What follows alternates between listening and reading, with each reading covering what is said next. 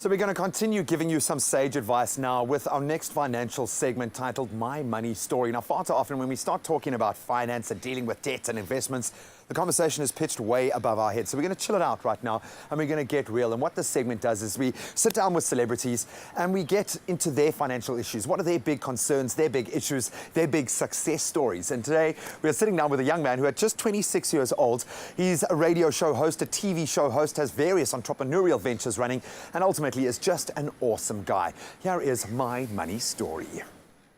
Well, it's that time of the week again for My Money Story on Expresso, where each week we sit down with a celebrity and learn more about their relationship with money, from interest earned to lessons learned. And of course, we all live the same life together, so perhaps we can learn something from each other. Now, between hosting the Goodhope FM lab on weekends to Afternoon Express every single weekday, it's no surprise that it's a surprise to me rather, how he finds his way to even manage his finances. But off screen, he's also an entrepreneur, and he's done all of this at the age of 26. I'm talking about none other than Danilo Acquisto, and we're going to be discovering his money story alongside Grant Van Sale, our certified financial planner from the Wealth Room. Gentlemen, good morning. Good morning, sir. You look like you're well moneyed up, Danilo. Looking I at just that. thought, we're talking about money, I better dress the part. Definitely looking the part. I'm taking it back to the shop afterwards, don't worry. Saving money. It's good advice. So let's begin first with the question we ask everyone about your first memory of money. Oh my word. Okay, first memory of money had to do with thievery, all right? No. I was a little kid, right? I was 10 years old, and oh my gosh, yeah, slightly older than that, oh my word. And my father used to own a coffee shop, which was right next to a petrol station, and he said, my cousins had come over for sort of lunch at the coffee shop, and he said, well, did you go buy some of those, like, you know, those like pink chewing gums that taste like Wicks? Wicks chewing gums, old school. And he said, please go buy one for each of your cousins. Yes. And so there were 5 of us, and I ended up sticking my hand inside the jar, and I picked out 6. Oh no, I'm lying, there were 6 of us, and I picked out 6 out of the jar, but I only had enough money for 5. And so I paid the lady for the 5, and I just kept 1 inside my pocket. But it was so bad. But I remember very clearly my dad making me feel so guilty, because I told him, I was like, Dad, like, I've got this extra chappy, how cool. And he's like, no, like, he got me into huge trouble for it. He got my uncle to phone into the house and say, hello, it's Colonel, whatever. And every time a cop car drove past our house, I was panicking. I was like, flip, they found me. They found me for that one chewing gum. They found me.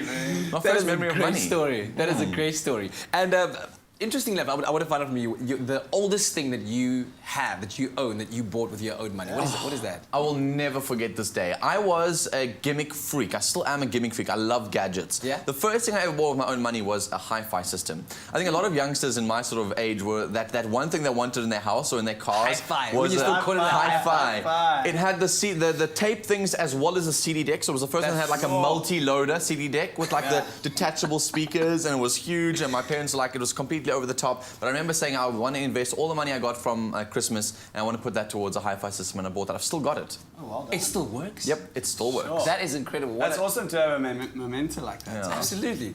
And so as you've gone through life, what are some of the hardest financial lessons that have informed the way that you feel about money today? Well, first and foremost, I think I started earning a salary from the first time I was like out of high school. So by the time I was 19, I was earning money. And I think in the beginning, everyone has this like anxiety around earning money and salaries. And we know the job market is what it is. And so I've always had a fear around money. My parents were terrible with managing money. Oh, yeah? And they've always had a very very strong sense of save. And I had this like negative conception of money. And I think the more you start to realize that money isn't everything, that it isn't the be-all and end-all, you start to understand that when, you know, financial advisors and you hear people on television analyzing markets, don't be overwhelmed. It actually is really simple in some ways. So just take what you've got and do the best with what you've got. Yeah. There are hundreds of ways to skin a cat. Don't necessarily think that there's one way that you're missing it, that somehow you're doing the wrong thing. Go and learn more. So I think for me it was just about don't make money a god. It's not. Yeah. You know, there are families and friends who need you. There's people who you need to serve in the process. So don't worry too much about like how much you got and how much you're going to save and how much Joe Soap over there is earning. You know, what kind of jackets you're wearing. Forget about that. Forget about that. Just focus primarily on what you've got and try and do the best with what you've got and find good people around you to help advise you on those sort of Clearly sounds like a man who is in control of his financial matters. Well, if he keeps it up, I'm going to be out of a job. Well, hopefully not. When we come back, we're going to find out from Danilo about the financial struggles that he still experiences today. What other financial lessons would he like to learn more about? And that's where Grant, of course, will step in. So stay tuned for more My Money Story on Expresso. It's my feel-good breakfast show. Welcome back. You're live with Expresso on a Wealth Wednesday, and we've been making it more accessible when it comes to our financial chats at the moment, talking about My Money Story, where we get a celebrity to sit down and go through some of their financial issues and offer some great advice. And Danilo Acquisto is a switched-on young man. Let's return to that conversation.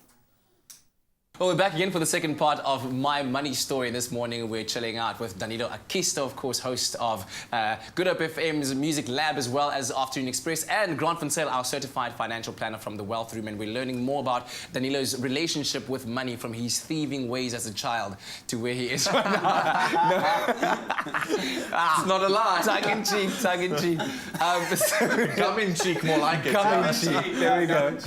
So I wanted to know, what are the most important financial lessons that you think you still need to learn, the things that you struggle with to this day that you want to know more about?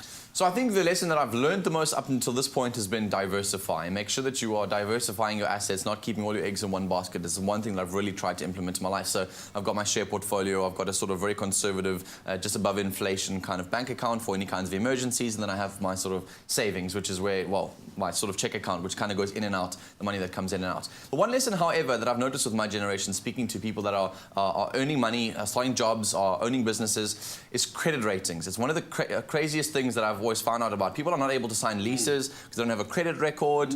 Friends of mine who are earning good salaries can't rent things because a lot of us are dealing with things in cash. I've had this negative mindset of debt my whole life.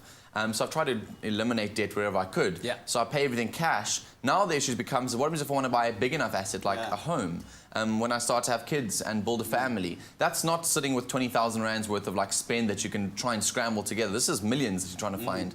Bonds are a big issue. So how does one go about creating a credit record when you actually are just spending everything in cash at the moment? Do you need one? Is it necessary? Yeah. I think those are, so there's two questions there. Do you need one? And then how do you go about doing it, right?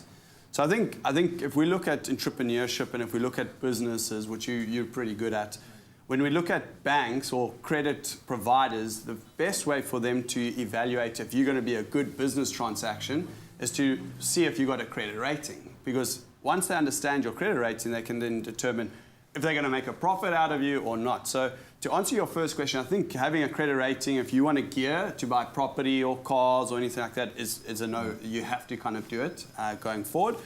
The best way to go about doing that is most probably through a credit card.